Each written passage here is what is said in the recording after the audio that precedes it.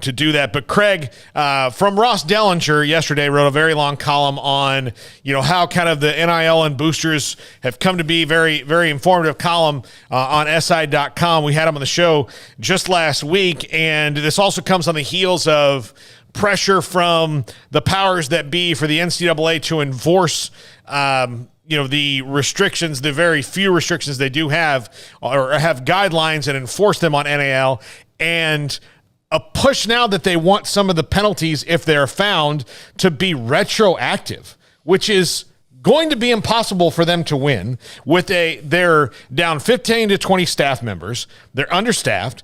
They don't have the best lawyers. And retroactive penalties when you didn't have the rules in place is maybe they've crossed the line of impossibly dumb.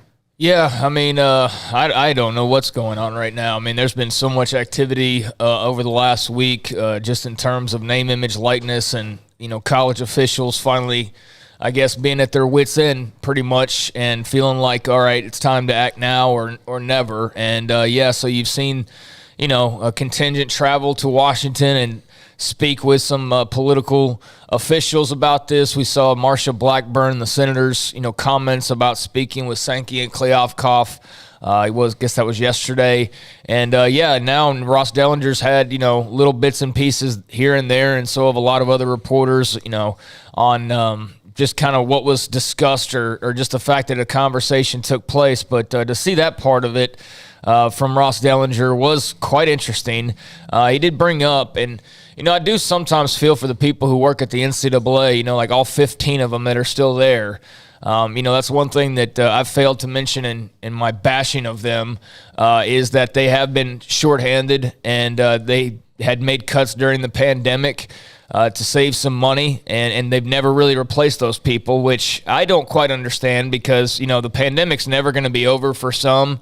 But this last, year plus really, or close to a year now, we've been pretty wide open. So I don't know why they've failed to address any of their vacancies. That seems like not that good of a decision, and I don't quite understand that. But they did say, apparently, no, we are going to fill those spots at some point in time. Like, okay, so why not over the last year when you've got all of these things that are rushing onto your table, and, you can move around and you can go, visit schools and do all that. It's not like we're still in lockdown, so I don't know why they haven't replaced those jobs. But, okay, I'll give them a little bit of leniency for the fact that they're shorthanded, but outside of that, I mean, no. To your point about the retroactively punishing schools who have been breaking NIL rules, I just have no idea how you could make that happen and how that would be enforceable and how they have a prayer to even try and do such a thing. I don't buy it. I think that would be immediately,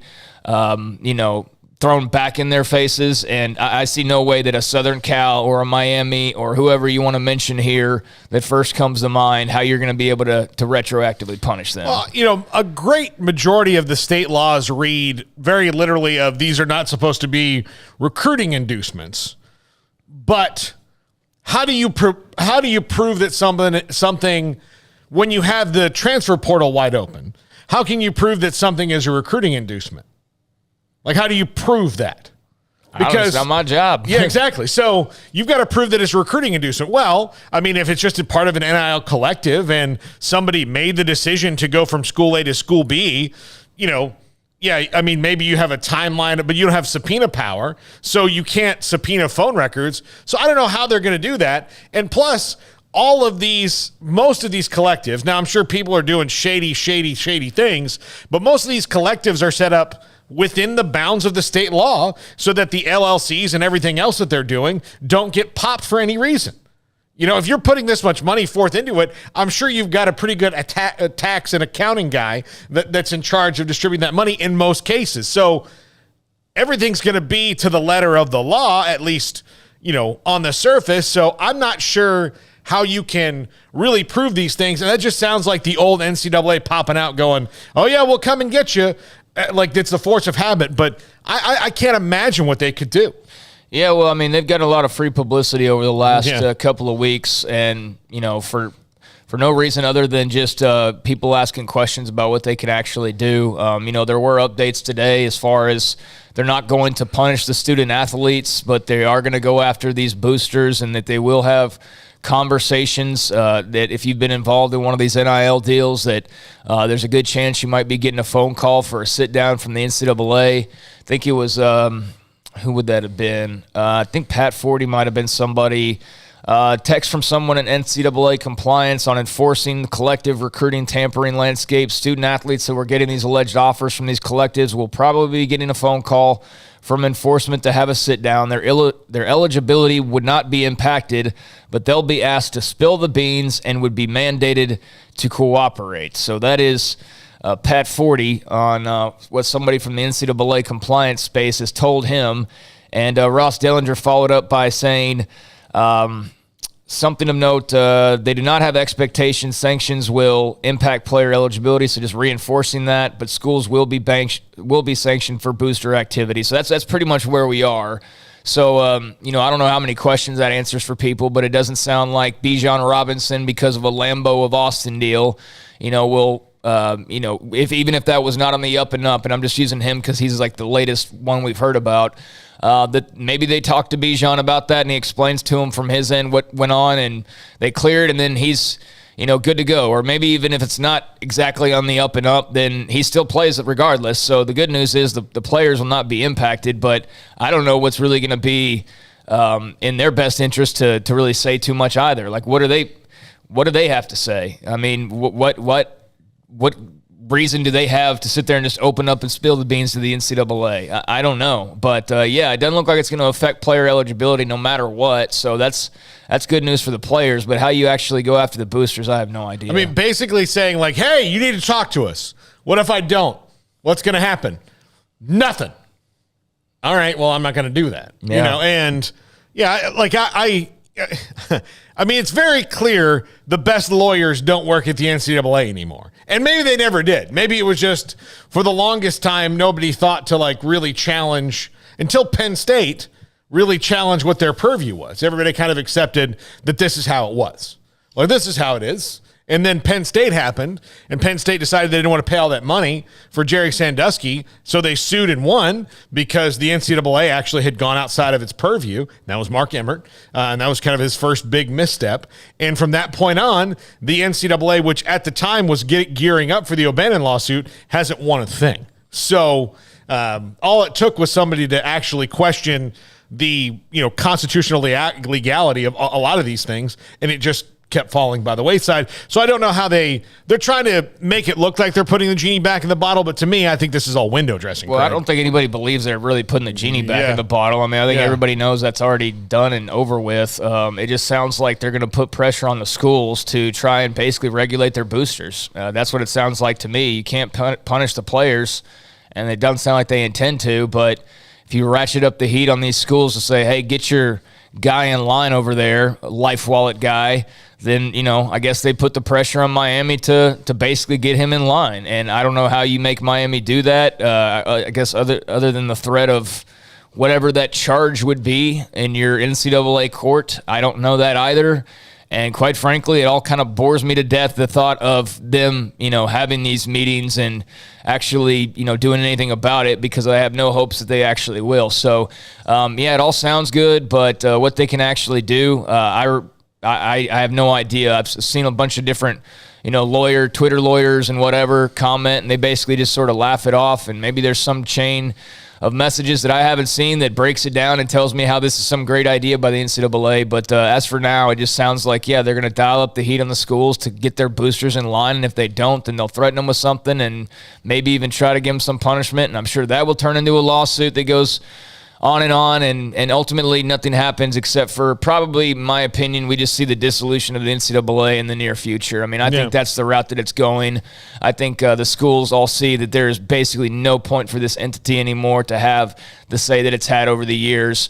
And if anything, it's probably holding college sports back. And I'm not rooting for anybody to lose their jobs. Hopefully the 15 people or so that still work at the NCAA that are so overwhelmed can get folded into some other entity that actually, stays on the cutting edge or stays ahead and is fully staffed and can actually do their jobs within a reasonable time frame.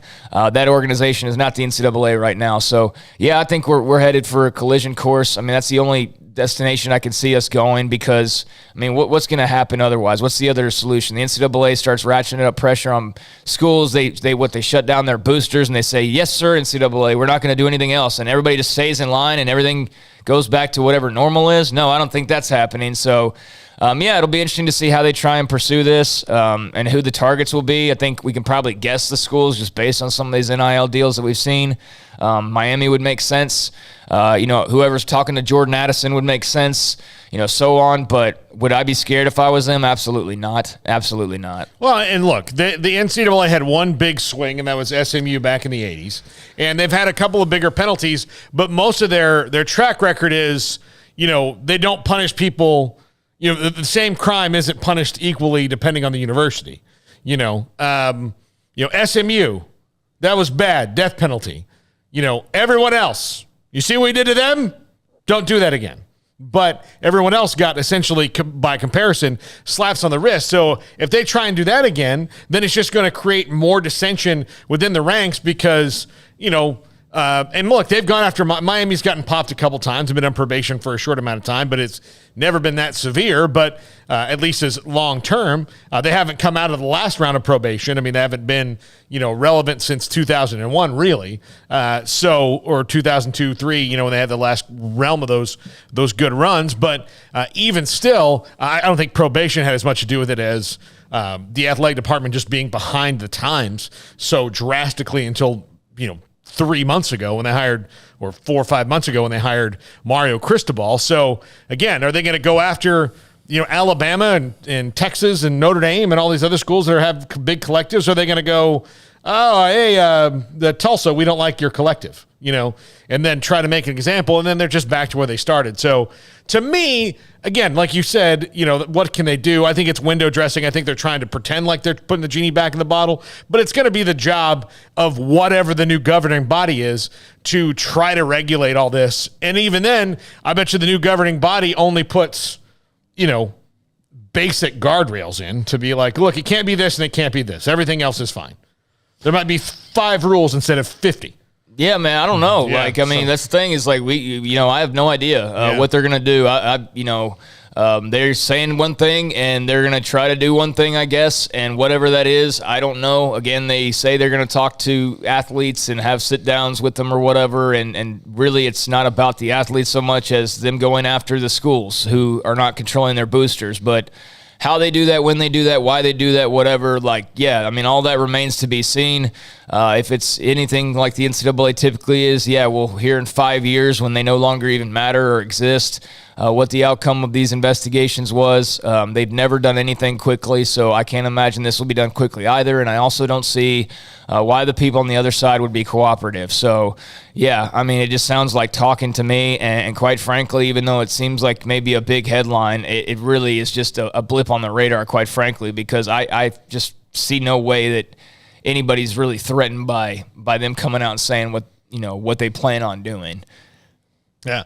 Tony Altamore, Texas. Remember, NCAA never tried to win. They just tried to stuff you in endless court battles until you're too old to play. That's what happened with Jeremy Bloom, and they had to flinch against UCLA in the 50s and Penn State in the 2010s because governors and attorney generals laid it down hard, and that's true. So, again, now they've just been completely exposed after all that time of, this is, what you're trying to do. So,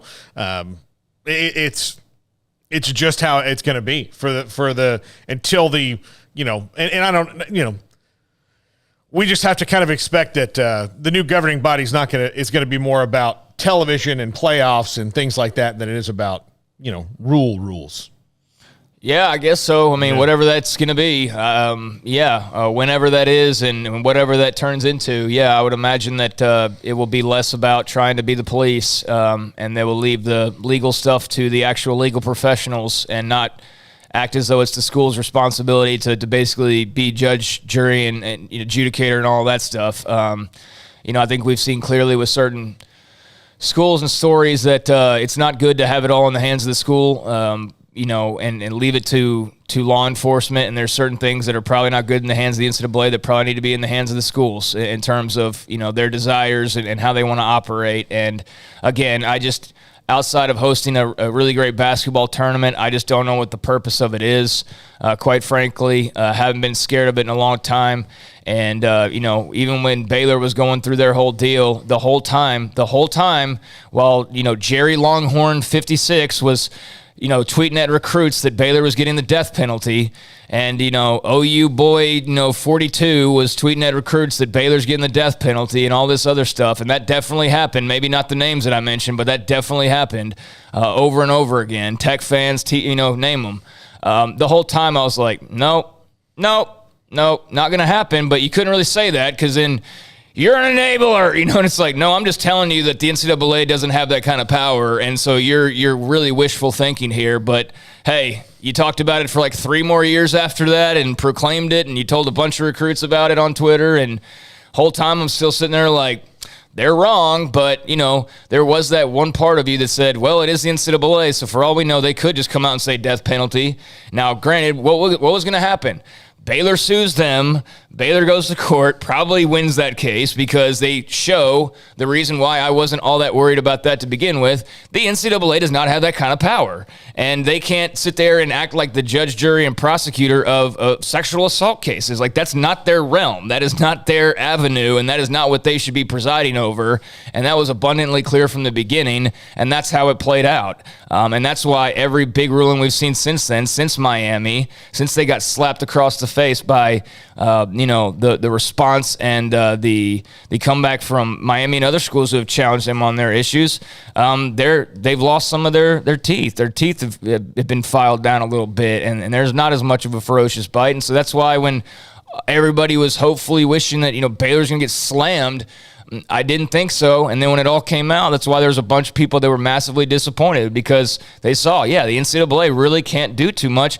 And quite frankly, they did look over the information in those cases, which is also what I was basing it off of, was everybody was going off some ESPN headline from an attorney who's trying to get the most negative thing out there and just taking that as fact and running with it. And I'm sitting there going, well, that's not what the NCAA is going to be ruling on. It's just some random quote from an attorney trying to get, PR. So they've tried to wage big battles or, act like they've got that kind of sway, and they clearly don't, and they haven't, and they'll never get it back. And so, just count down the days to whenever we make some massive shift, because I don't see how it's going to remain the way that it has been. I don't think anybody really believes that the NCAA has that much longer left. No, absolutely not. All right, to take a break right